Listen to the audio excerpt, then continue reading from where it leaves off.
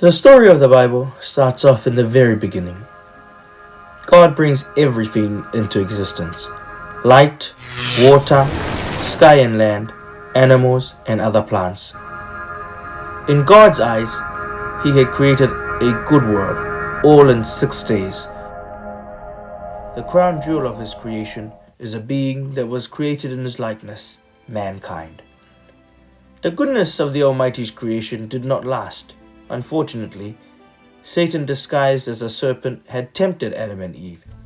Instantly, they gave in to temptation and saw themselves naked and exposed. Sin had entered the world. They were banished from Yahweh's garden, the Garden of Eden.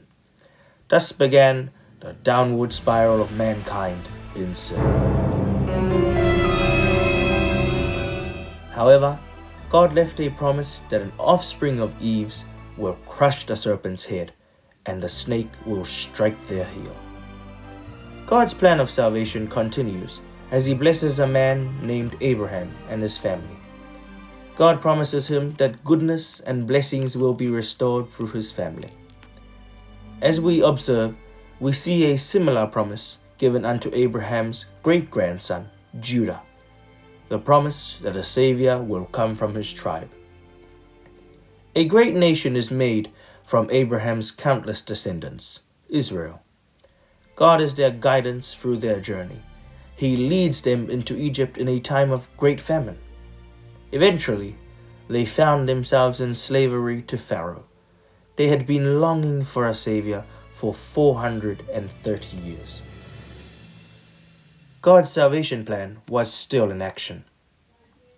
God had used great leaders to point to the promised King, Messiah, Savior.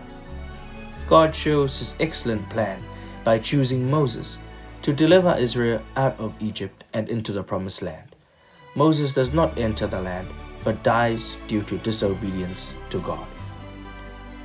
God's chosen people took advantage of His mercy and got caught up in a repetition of sinning and repenting. God appointed judges from different tribes of Judah to save and restore Israel. The Israelites' rebellious character never changed. Thus, the second part of God's promise to Eve was always fulfilled, but no one could crush the serpent's head. All men did good according to themselves. No judge had fulfilled the promise. They had all been unfaithful to God. The Israelites demanded a king as their savior to solve their problem. The first king from the tribe of Judah is King David.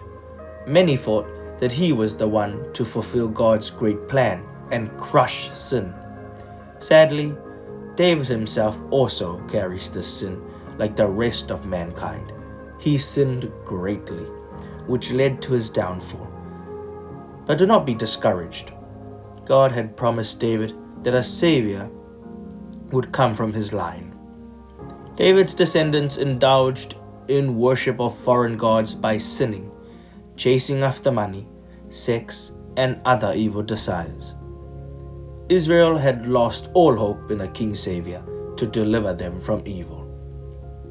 In those evil days, God had spoken unto prophets to constantly remind the kings of His plan to bring salvation and redemption unto His people. Prophets had seen the continuation of sinful living throughout Israel, so they warned.